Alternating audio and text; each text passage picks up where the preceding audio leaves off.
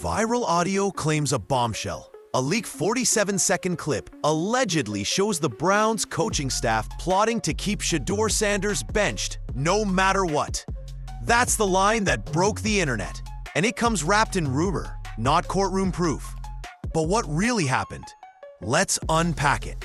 The clip, according to posts, features a voice said to be the head coach insisting veterans would revolt if Sanders started, and that reps and game plans would be controlled to protect another quarterback. If true, it reads like deliberate player suppression, a shocking betrayal of basic fairness.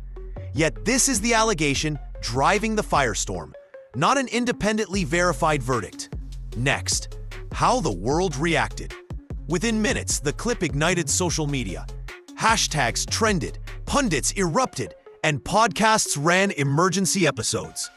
Fans split between vindication and fury.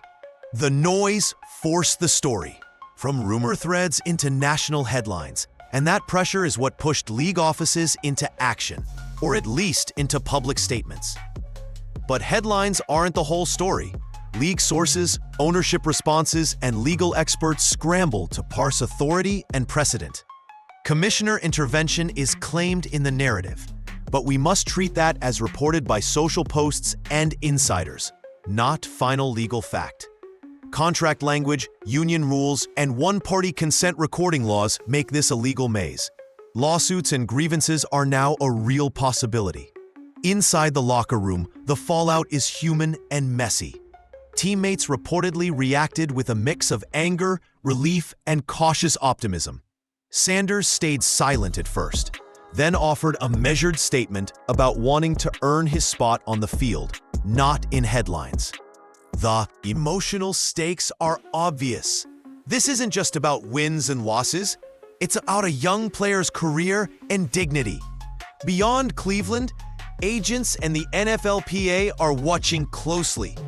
Calls for protections, arbitration clauses, and clearer development guarantees could reshape how teams manage young talent. This episode, Rumor or Reality, forces uncomfortable questions about power, evidence, and who gets to control a player's future. So where does that leave us? The leaked clip changed the conversation, but change alone isn't proof. Tell me what you think. Should a viral audio clip end a career, or should due process still rule? Comment below. And if you want more deep dives like this, hit like and subscribe. A 47-second audio clip, allegedly recorded inside a Browns coaching meeting, has exploded across social media. And if what people claim is true, it's one of the most damning leaks the section NFL has ever seen. In the clip, a voice said to belong to head coach Kevin Stefanski can be heard saying, "We can't let him take over this team. We keep him benched no matter what." Those 5 words, no matter what, spread like wildfire. To fans, it sounded less like a football decision and more like a conspiracy to deliberately hold Shedeur Sanders back, no matter his performance or potential. And it doesn't stop there. The leaked recording allegedly shows staff talking about controlling practice reps, manipulating game plans, and giving the appearance that Sanders was in the competition, while secretly funneling real preparation to another quarterback. In other words, Sanders could be listed as QB1 on paper, but never truly given a chance to prove himself on the field. For Browns fans who have questioned every depth chart shuffle, every puzzling game plan, and every time Sanders was sidelined despite strong practices, the audio seemed like confirmation of their worst fears. Suddenly, every head-scratching move felt like part of a bigger plan, not a coincidence. The reaction was immediate. Within minutes, the clip spread across Twitter, Reddit, and Instagram. Hashtags like BANS Stefanski and hashtag Free Shedeur surged to the top of trending lists. Fans argued fiercely. Some celebrated what they saw as proof of sabotage, while others felt betrayed by the organization they trusted. But here's the crucial point. As viral as this audio became, it remains unverified. There's no official confirmation yet that the clip is authentic or that the voices are who people claim.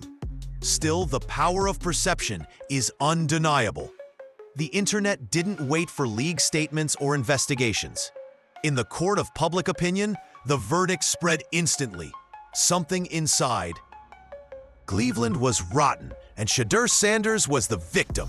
Within minutes, everything had changed. Not just for Stefanski, not just for Sanders, but for the entire NFL conversation. The moment the clip hit the internet, the reaction was instant, and it didn't stay contained. What began as one anonymous Twitter account posting a shaky audio file quickly snowballed into a full-blown storm that swallowed the sports world in minutes. Retweets piled up by the thousands. Quote tweets poured gasoline on the fire. This is exactly what we suspected. The Browns are finished. On Reddit, entire threads exploded with comments dissecting every word of the recording. Some users slowed the audio down, analyzing background noises to prove authenticity, while others swore it was too clean and had to be fabricated. The debate only made it trend faster. Then came the hashtags. Hashtag BANS Stefanski surged to the top of Twitter within 90 minutes. Right behind it was hashtag Free Shedeur, where fans flooded the timeline with highlights from Sanders' college days, arguing he'd been robbed of the spotlight he deserved. TikTok creators jumped in too, editing the leaked audio over clips of Sanders' best throws, racking up millions of views overnight. Mainstream media couldn't ignore it.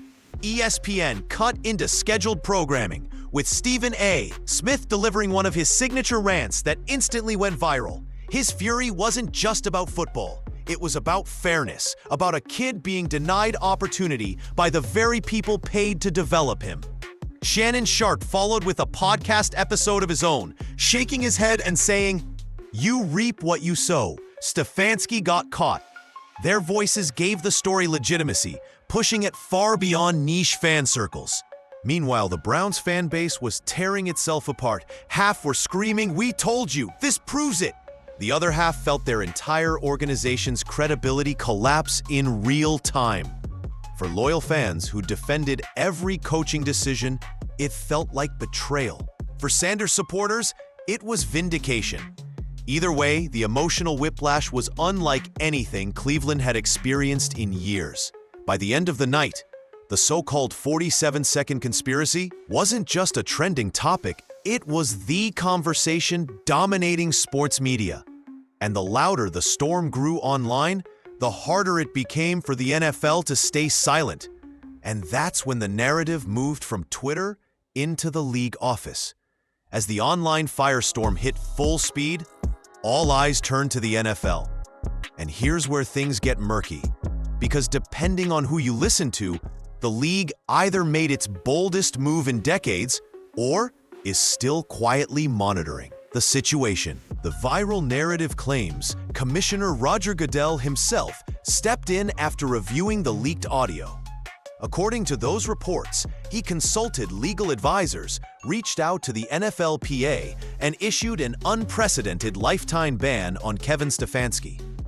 If true, that would put Stefanski in the same category as sports figures like Pete Rose or Donald Sterling.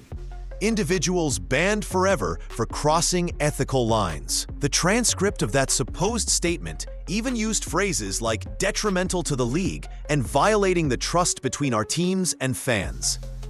It sounds decisive, dramatic, and final. But here's the catch. As of now, no major sports outlet has confirmed such a ban.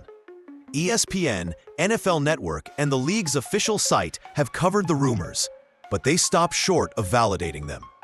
Instead, what's publicly on record are more measured steps, internal reviews, legal consultations, and quiet no-comment responses from both the Browns and the Commissioner's office.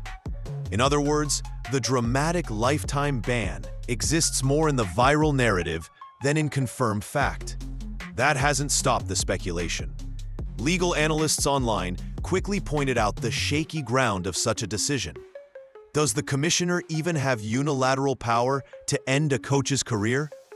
Wouldn't the Browns' ownership and front office need to be directly involved? And what about the NFLPA? Would they step in to protect precedent, even if the clip is genuine? Meanwhile, Browns owner Jimmy Haslam found himself cornered. Rumors suggest he privately reassured Sanders and his family that the organization was behind him. But fans demanded more. The longer ownership stayed silent, the guiltier they looked. By the time Haslam finally addressed the media, the damage was already done. No statement could undo the perception that Cleveland had let corruption fester in its own building. And while the league tried to manage the fallout, one reality became clear. Silence wasn't going to calm the storm. If anything, it only fueled more questions. Questions that legal battles would soon bring into the spotlight. If the audio leak shook social media, the legal implications sent shockwaves through the league's inner circles. Because whether or not the clip is authentic, the potential lawsuits it triggered are very, very real. First, there's Kevin Stefanski himself. According to his representatives, if the NFL truly moved to ban him for life, that action could be challenged almost immediately. Why? Because coaches, unlike players, don't fall under the same collective bargaining agreement. The commissioner's disciplinary power is broad, but a lifetime ban on a coach pushes into uncharted territory.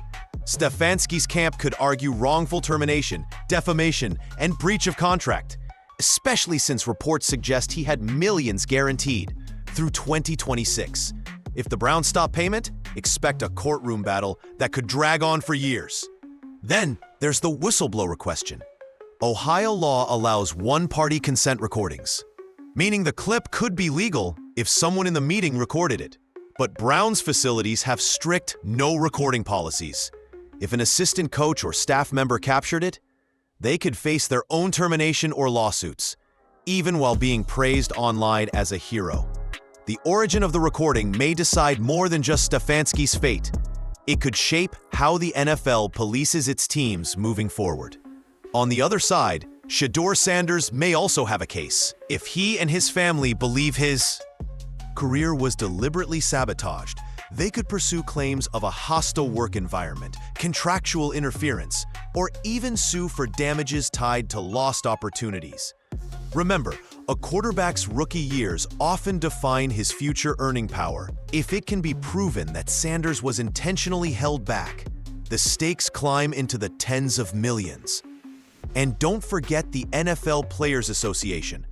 If the league lets this scandal slide without addressing systemic issues, the NFLPA could file grievances demanding stronger protections. Already, some agents are calling for new contract clauses guaranteeing fair developmental opportunities and arbitration rights if a player feels buried by politics. The bottom line? What started as a 47-second clip could spiral into years of litigation. Careers, reputations, and millions of dollars hang in the balance. And as the lawyers circle the story, inside the locker room was just as explosive. While lawyers and executives wrestled with contracts and liability, the people inside the locker room were left to process something much more personal: betrayal. Players found out about the leak almost the same way the fans did, through a flood of texts, DMs, and trending hashtags. Some veterans admitted privately they weren't shocked. One anonymous lineman told a local reporter, "We all knew something was off. The audio just proved it. Shedeur should have been QB1 from the start." That raw honesty echoed across the roster. Suddenly, quiet suspicions turned into open confirmation, and the trust players placed in their coaches cracked overnight. But not everyone reacted with celebration. Some spoke with more hesitation, weighing respect for Stefanski as a person against the reality of what the tape suggested. A defensive captain summed it up bluntly: "If he really did this, then the consequences are deserved. You can't build a winning culture on lies." The words stung, but they reflected the new mood inside the building: cautious, conflicted, and searching for stability. Meanwhile, Shedeur Sanders himself stayed silent. His social media accounts went dark, and no interviews were granted. According to those close to him, He was processing everything quietly with his family. This wasn't vindication to him, it was pain. As one source explained, he wanted to earn the job on the field, not because his coach got banned. It feels hollow. That humility resonated with fans who expected anger or gloating. When Sanders finally spoke 2 days later, his statement was measured and mature beyond his years. He didn't celebrate Stefanski's downfall.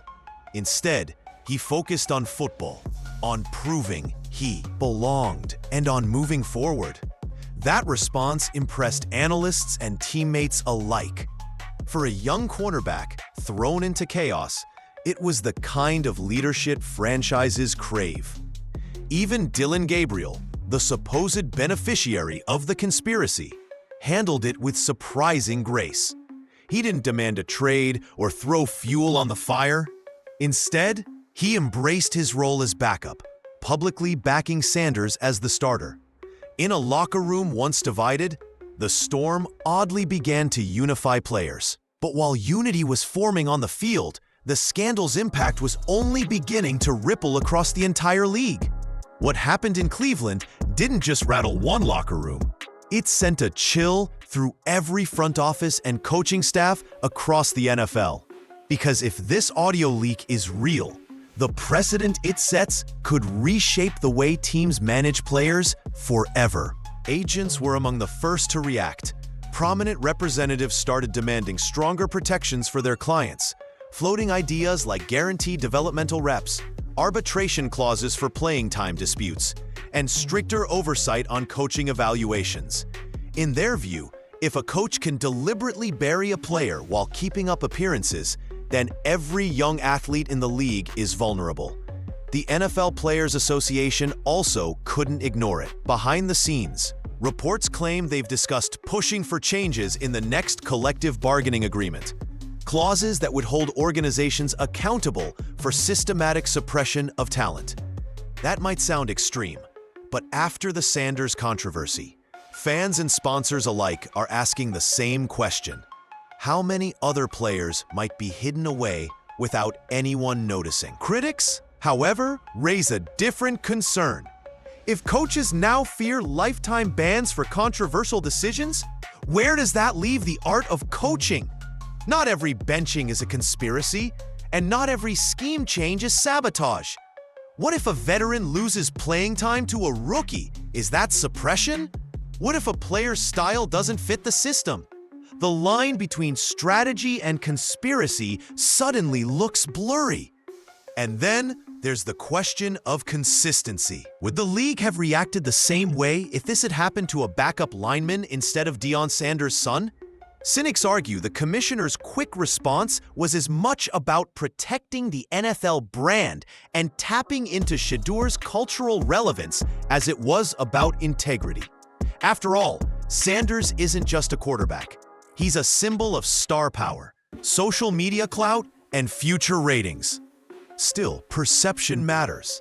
The viral storm made the NFL look vulnerable, and Goodell's reported intervention, whether motivated by justice or PR, sent a message. Suppressing talent won't be tolerated. Coaches now know the risks, owners feel the heat, and players understand the power of exposure. For better or worse, the 47-second clip didn't just shake Cleveland.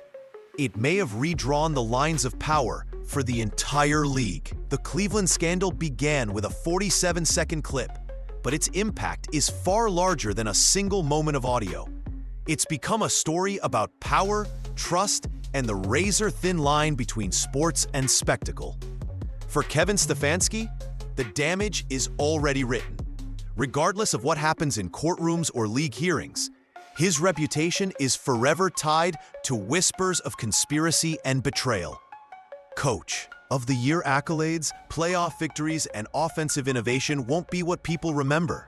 Instead, his name now sits beside words like sabotage and ban, whether or not the legal process ever proves it. For Shedeur Sanders, the story is more complicated. He didn't ask for vindication through scandal. He wanted to win the job on the field. But overnight, he became the face of a league-wide conversation.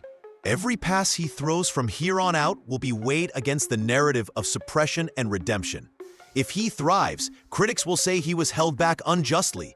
If he struggles, skeptics will claim the hype outpaced reality. Either way, he carries the weight of more than just a playbook. He carries the hopes of those who saw him as a victim of politics. And for the NFL as a whole, the questions only multiply. Can fans trust that what they see on Time Sundays is competition at its purest? Or will suspicion linger that hidden agendas decide who takes the field? Will Goodell's rumored lifetime bans stand as a bold act of accountability, or fade as an overreaction shaped by viral outrage? The truth is, this story is far from over. Lawsuits are coming. Investigations will stretch for months, maybe years, and the Browns season, once expected to be a simple test of football talent, is now a cultural flashpoint watched by millions. Here's what we know for sure. The leaked audio changed everything. It sparked debates about fairness, accountability, and the future of player development. And it proved that in today's NFL, perception spreads faster than fact. So now I'll leave it to you. Should a viral clip have the power to end a career? Or should process decide? Drop your thoughts in the comments. And if you want more deep dives into the stories shaking the sports world, hit that like button and subscribe.